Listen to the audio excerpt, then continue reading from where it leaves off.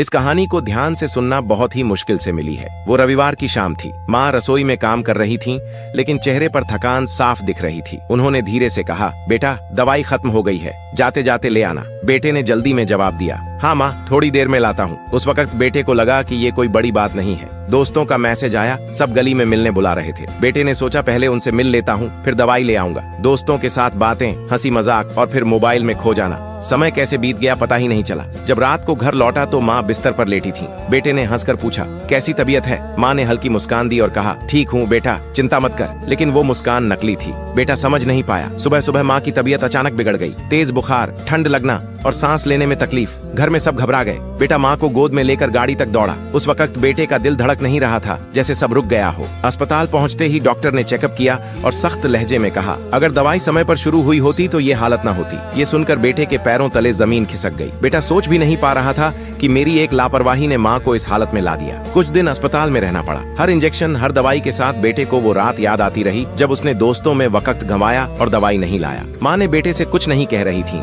लेकिन उनकी चुप्पी बहुत कुछ कह रही थी। तब बेटे को समझ आया कि जिंदगी में लापरवाही कभी छोटी नहीं होती। हम सोचते हैं कि अभी तो वक्त है, कल कर लेंगे, लेकिन वक्त कभी किसी का इंतजार नहीं करता। उस दिन बेटा सिर्फ दवाई लाना नहीं भूला था, उसने अपनी माँ की तकलीफ को मजाक में ले लिया था। इसीलिए दोस्त, काम, दोस्त, मजे ये सब बाद में है, लेकिन जब अपने बोले तो तुरंत सुनो, क्योंकि छोटी सी देर कभी पूरी जिंदगी का पछतावा बन सकती है। और हाँ दोस्त, वीडियो अच्छी लगी हो तो लाइक करके कमेंट में माँ लिखो।